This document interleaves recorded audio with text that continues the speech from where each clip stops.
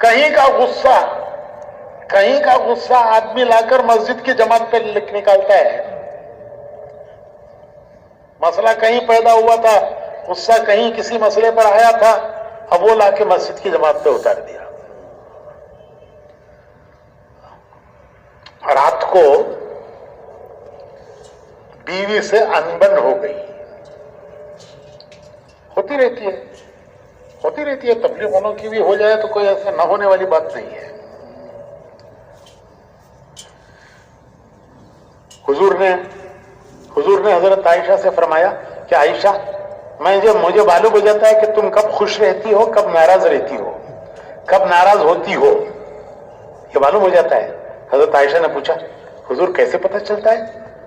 تو فرمایا کہ جب تم خوش ہوتی ہو تو کہتی ہو رب محمد کی قسم صلی اللہ علیہ وسلم، اب جب ناراض ہوتی ہو تو کہتی ہو رب ابراہیم کی قسم. خوش ہوتی ہو تو کہتی ہو رب محمد کی قسم، اور ناراض ہوتی ہو تو کہتی ہو رب ابراہیم کی قسم. تو حضرت عائشہ کہنے لگی کہ حضور لیکن محبت آپ سے ہی ہے. دل سے محبت، زبان سے میں کچھ کہوں لیکن محبت دل سے آپ سے ہی ہے. تو رات کو بیوی سے کچھ انبن ہو گئی. میں مثال دے رہا ہوں. صبح کو انہوں نے اسٹرائک کر دی، ناشتہ نہیں دیا، چائے نہیں دی، نہ ناشتہ نہ چائے، کیونکہ وہ رات کا اثر تھا. اب اس کو کوشش کی کہ ذرا بیوی کو کہیں کہ ذرا چائے دے دو، آج تو حلقے کا مشورہ ہے، وہاں مشورے میں جانا ہے جلدی. لیکن وہ کر کے سوتی رہی. دیر ہو گئی تو اٹھ کے نکل گئے. کیا کریں بھائی، وقت ہو رہا ہے، جانا ہے مشورے میں. اور راستے میں کہیں ہوٹل پر بھی ناشتہ چائے نہیں کر سکتے، کیونکہ لوگ پھر پوچھیں گے مولوی صاحب کیا بات ہے آج ہوٹل میں چائے پی رہے ہیں. تو سیدھے مشورے میں پہنچ گئے. مشورے میں بیٹھے، وہ اندر گیس بھرا ہوا تھا. گیس، کون سا گیس؟ جو رات سے چل رہا ہے. وہاں مشورے میں پہنچ کے ایک رائے تھی. دوسرے ساتھی نے، سامنے والے نے اس کے خلاف رائے دی. تو بس وہ سلنڈر پھٹ گیا. سلنڈر پھٹ گیا. امیر صاحب یہ دیکھو ہمیشہ ایسے ہی کرتا ہے. میں کوئی رائے دیتا ہوں میرے خلاف رائے دیتا ہے.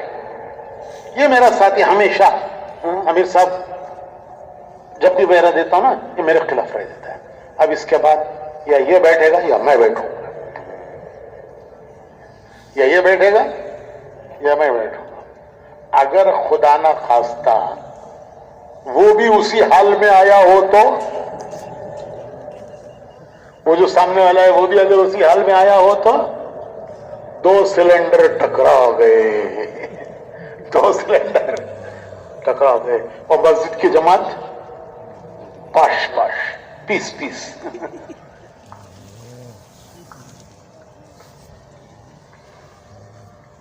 ہمارے حاجی صاحب کہنے لگے کہ ایک مرتبہ میں نے مولانا عبید اللہ صاحب سے یہ کہا کہ مولوی صاحب ہمیں ساتھیوں کو جوڑنا نہیں آتا. حاجی عبدالوہاب صاحب، بڑی دوستی تھی ان کی مولانا عبید اللہ صاحب کی، ایک طرح سے بے تکلفی بھی تھی تھوڑی سی. دونوں مولانا الیاس صاحب کے زمانے کے لوگوں میں تھے. تو حاجی صاحب نے مولانا عبید اللہ صاحب سے کہا کہ مولوی صاحب ہمیں ساتھیوں کو جوڑنا نہیں آتا. تو مولانا عبید اللہ صاحب نے فرمایا کہ بھائی عبدالوہاب یوں مت کہو، یوں کہو کہ ہمیں ساتھیوں کے ساتھ جڑنا نہیں آتا. حاجی صاحب نے کیا کہا تھا کہ ہمیں ساتھیوں کو جوڑنا نہیں آتا. تو مولانا عبید اللہ صاحب نے اس کی کیا اصلاح کی؟ ارے بھائی کچھ سن رہے ہیں یا سو گئے؟ حاجی صاحب نے کہا کہ ہمیں ساتھیوں کو جوڑنا نہیں آتا. مولانا عبید اللہ صاحب نے کہا کہ بھائی عبدالوہاب یوں کہو کہ ہمیں ساتھیوں کے ساتھ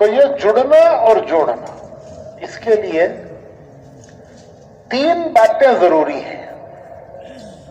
کام کرنے والوں میں 3 باتیں ضروری ہیں. 3 باتیں. ایک، زبان میٹھی. زبان میٹھی، کھینچی نہیں کہ جہاں سے چلے وہاں سے کاٹتی چلی جائے. کھینچی، جہاں سے چلی کپڑے کو کاٹتی چلی گئی. اب وہ کپڑا کسی کام کا نہیں، کٹ گیا، کھینچی کاٹتی چلی گئی. تو زبان میٹھی. گنے کی طرح. گنا کہاں سے میٹھا ہے بھائی؟ کہاں سے کھاؤ تو میٹھا ہے، کہیں سے بھی کھاؤ وہ میٹھا ہے. اور کریلا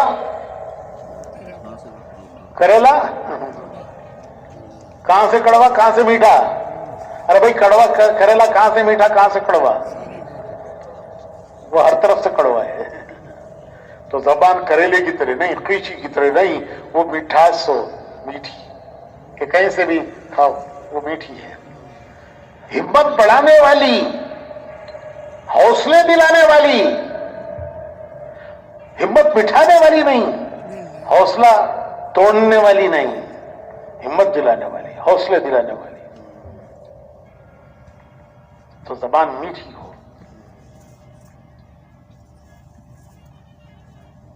کسی کی ہمت توڑنا نہیں، کسی کا حوصلہ توڑنا نہیں.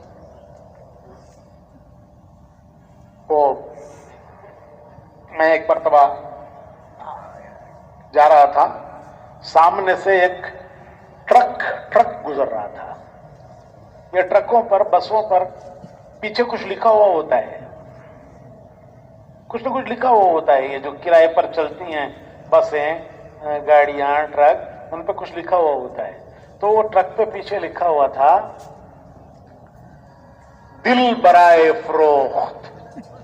دل برائے فروخت. کہتے ہیں نا site for sale, house for sale, plot برائے سیل، گھر برائے سیل. تو یہاں کیا لکھا تھا؟ دل برائے فروخت. اور آگے لکھا تھا قیمت 2 میٹھے بول. دل برائے فروخت، قیمت 2 میٹھے بول. تو 2 میٹھے بول بولو، دل لے لو، دل لے لو. تو دائی کی بڑی خصوصیت ہے کہ اس کی زبان میٹھی ہو، ہمت دلانے والی، حوصلہ بڑھانے والی، ہمت دلانے والی، حوصلہ بڑھانے والی، ہمت توڑنے والی نہیں، حوصلہ بٹھانے والی نہیں، ہمت دلانے والی، حوصلہ بڑھانے والی. یہ صفت ہے دائی کی، یہ میٹھی زبان. دوسری صفت ہے ٹھنڈا دماغ.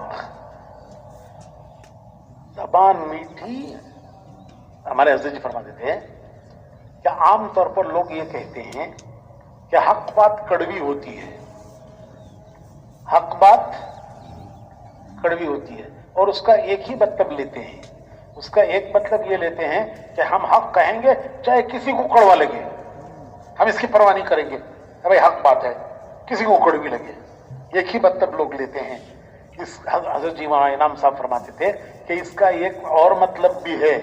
اس کا ایک مطلب اور یہ ہے کہ حق بات کو ایسے انداز سے کہو کہ سننے والا قبول کر لے، چاہے اس طرح کہنا تمہیں کڑوا لگے. ایک مطلب یہ ہے کہ سننے والے کو کڑوا لگے، وہی مطلب ہم سمجھتے ہیں کہ ہم تو کہیں گے چاہے سننے والے کو کڑوا لگے. حضرت جی نے کیا فرمایا؟ یوں فرمایا کہ ایسے انداز سے کہو، ایسے طریقے سے، اسلوب سے کہو کہ سننے والا قبول کر لے، چاہے اس طرح کہنا، بولیے، تمہیں کڑوا لگے. یہ صرف سننے والے ہی کے لیے سارا کڑوا، بولنے والے کے سب میٹھا ہی چاہیے. ارے بھائی بولنے والا ایسے انداز سے بولے کہ اس کا بولنا چاہے اس کو کڑوا لگے لیکن سننے والا قبول کر لے. ایک مطلب یہ بھی ہے. تو میں کہہ رہا تھا کہ زبان میٹھی. دوسری بات دماغ ٹھنڈا ٹھنڈا دماغ. ایک صاحب آئے, تعارف کرایا, یہ ہمارے یہاں کے بڑے سرگرم کارکن ہیں. سرگرم کارکن. میں نے کہا بھائی سرگرم تو نہیں ہونا چاہیے, پیر گرم ہونے چاہیے, خوب گشت کریں. پیر گرم ہونے چاہیے, خوب گشت کریں. سر تو ٹھنڈا ہونا چاہیے. سر اتنا ٹھنڈا ہونا چاہیے کہ کسی کی بات سن کر وہ ریاکٹ نہ کرے, رد عمل نہ کرے. جیسے برف کی سلی, چنگاریاں برف کی سلی پر چنگاریاں پڑیں تو کیا ہوتا ہے بھائی؟ برف کی سلی پر چنگاریاں پڑیں تو کیا ہوتا ہے؟ بجھ جاتی ہیں. وہ چنگاریاں بجھ جاتی ہیں. اور اگر تیل کی کڑائی میں چنگاری پڑے تو پانی کے چھینٹے, تیل کی کڑائی, تیل پک رہا ہے, اس پہ پانی کے چھینٹے ڈالو تو کیا ہوتا ہے؟ واپس منہ پہ آتی ہے وہ. تو دماغ تیل کی کڑائی کی طرح نہ ہو کہ ہر وقت اٹھ رہا ہے, گرم ہو رہا ہے.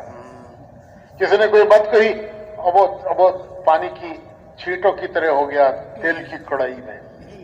کوئی کچھ کہے, اپنا ساتھی کہے بات, اور کوئی بھائی کہے, اس کی باتیں دائی کے اندر ایسے آ جائیں جیسے برف کی سل پر چنگاری پڑ کے بجھ گئی.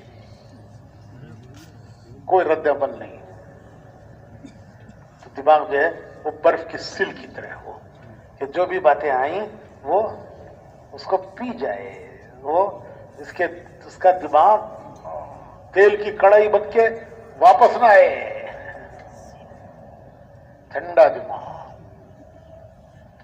ہر ایک کی بات سن لی, ہر ایک کی بات سن لی, اور کسی کی بات کا جواب نہیں دیا, کسی کی بات پر رد عمل نہیں ہوا, سنتے چلے گئے. اور کرنا وہ جو ہمیں بزرگوں نے بتایا ہے. سننا سب کی ہے لیکن کرنا وہی ہے جو بزرگوں نے بتایا ہے.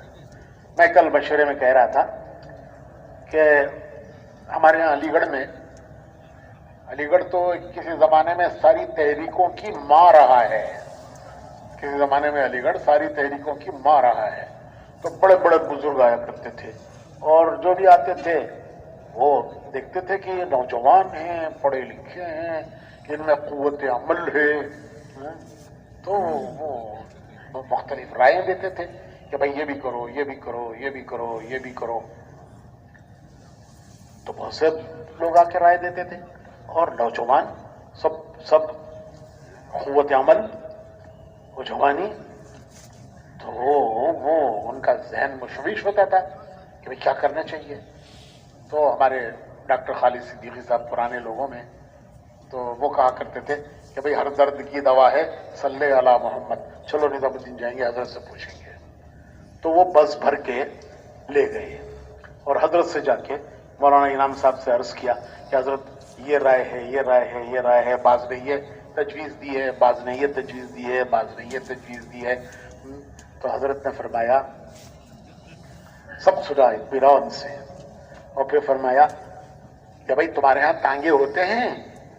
تو اس زمانوں میں تانگے ہوا کرتے تھے. تو تانگے کے گھوڑے کو کیا کرتے ہیں؟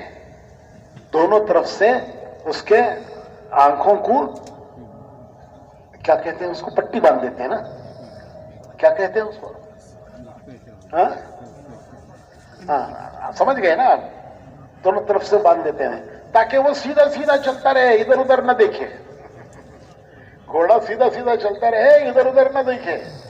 تو حضرت نے فرمایا کہ تم نے تانگا دیکھا ہے؟ اور دیکھا ہے گھوڑے کو کیا باندھتے ہیں؟ اس طرح اپنی آنکھوں کو باندھ لو اور سیدھے سیدھے چلتے رہو, ورنہ گلیوں میں چلے جاؤ گے, منزل ہاتھ سے نکل جائے گی. ورنہ گلیوں میں ادھر ادھر چلے جاؤ گے, منزل ہاتھ سے نکل جائے گی. مولانا سید سلیمان ندوی رحمت اللہ علیہ ہمارے بڑے بزرگوں میں گزرے ہیں. تو ایک مرتبہ یہاں رائے گنج تشریف لائے اور سارے کام کو دیکھا, اور دیکھ کر یہاں رائے گنج تشریف لائے. سید سلیمان ندوی رحمت اللہ علیہ بڑے بزرگوں میں گزرے ہیں, سیرت کی بڑی کتاب لکھی ہے, کتنی جلدوں میں. تو ایک مرتبہ رائے گنج تشریف لائے, یہی کی بات میں نے سنی ہے. وہ فرمایا کہ منزل صحیح ہے, راستہ غلط ہے تو بھی ناکام. منزل صحیح ہے, راستہ غلط ہے تو بھی ناکام. راستہ صحیح ہے, منزل غلط ہے تو بھی ناکام. الحمدللہ ہمارا راستہ بھی صحیح ہے, ہماری منزل بھی صحیح ہے, پھر ہمیں کیا غم ہے. یہ سید سلیمان نجی رحمۃ اللہ علیہ نے یہاں رائے گنج میں فرمایا کہ راستہ صحیح منزل غلط تو بھی ناکام. راستہ غلط منزل صحیح تو بھی نہیں پہنچے گا منزل کو, راستہ غلط ہے تو بھی ناکام. الحمدللہ کہ ہمارا راستہ بھی صحیح ہے اور ہماری منزل بھی صحیح ہے, پھر ہمیں کیا غم ہے. تو بھائیو یہ اس کو کہتے ہیں نہج, اس کو کہتے ہیں نہج.